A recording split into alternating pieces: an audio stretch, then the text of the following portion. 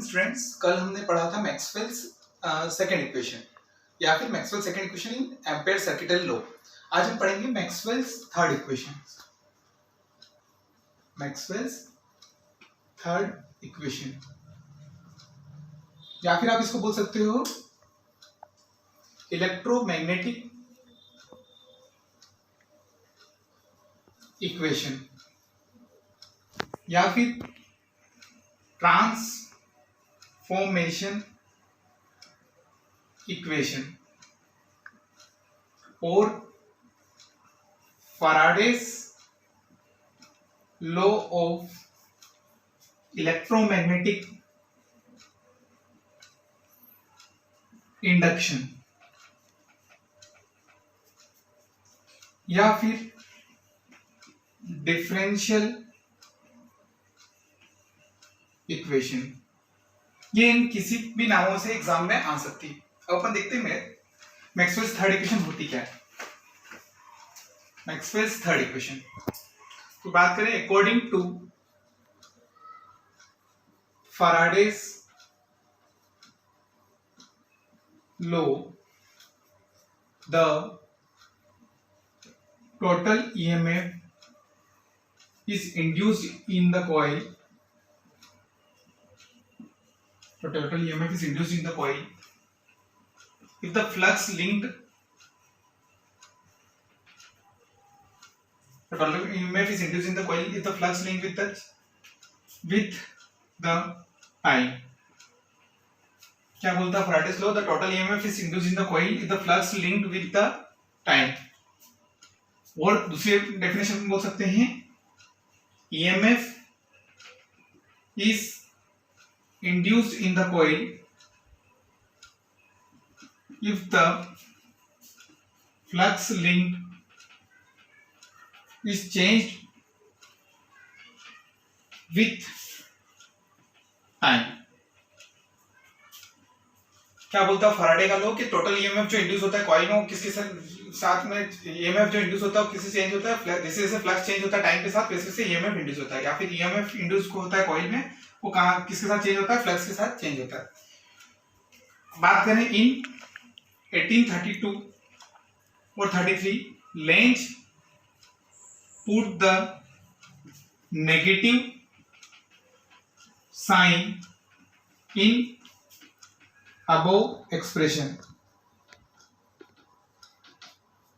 According to Lenz law, the polarity of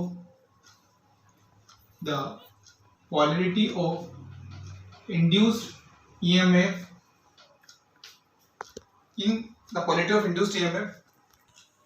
according to Lenz law, the polarity of induced EMF is such that it can oppose the charge of flux. क्या बोला था Lenz ने नियम? The quality of induced EMF is such that it can oppose the charge of flux. अब देखते हैं क्या होता है।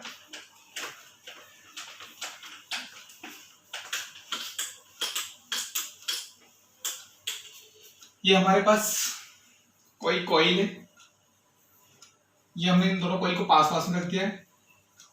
यहां से हम क्या दे रहे हैं? कॉइल में करंट दे रहे हैं और यहां पर क्या हो रहा है? फ्लक्स जनरेट हो रहा है फाई। तो ईएमएफ बराबर क्या होता है? लेंज का नियम EMF equals to minus D phi by D T.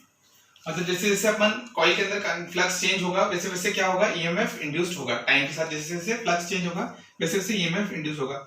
EMF को अपन डिनोट करेंगे यहाँ पे इलेक्ट्रोमोटिव फोर्स को कैपिटल V से। तो यहाँ हो जाएगा V equals to minus D phi by D t. अगर अपन बात करते हैं if total number of turns are, total number of turns अगर क्या है अपने पास? कैपिटल N है, तो V बराबर क्या हो जाएगा? Minus N d phi by D t. इसको इक्वेशन नंबर दे देते हैं अपन फर्स्ट, इसको दे देते हैं सेकंड और इसको दे देते हैं थर्ड। अब आगे एक्सप्रेशन देखते हैं।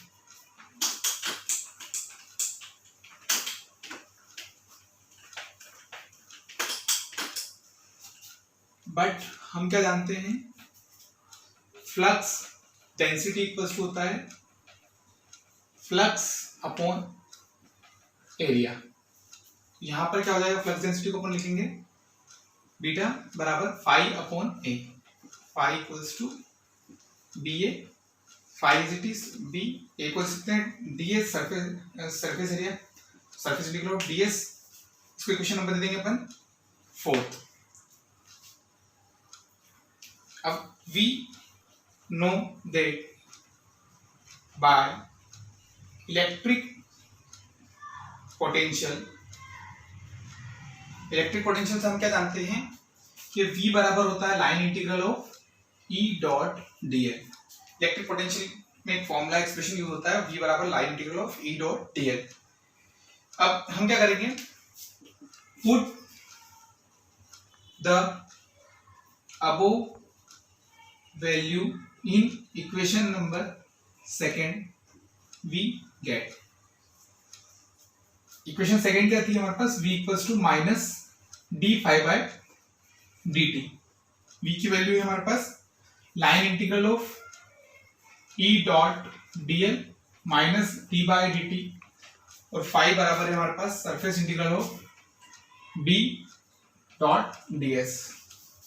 ठीक है, अब क्या करेंगे, line integral of E dot dl को as it is minus surface integral of d by D T b dot ds। अब यहां पर लाइन इंटीग्रल आया है, जब भी लाइन इंटीग्रल आता है तो हम क्या लगाते हैं, स्टोक्स थ्योरम लगाते हैं। तो by Stokes theorem, Stokes theorem से क्या बोलती है, line integral of surface integral of del cross F ds equals to line integral of f dot dl। अब यहां पर हमारा जो फंक्शन है वो पूरा काय के फॉर्म में, e के फॉर्म में, तो हम इसको रिप्लेस कर देंगे surface integral of del cross e ds equals to line integral of e dot dl। इसको इक्वेशन दे देते हैं अपन 6, इसको इक्वेशन नंबर देते हैं 7। On compare equation 6 and 7 we get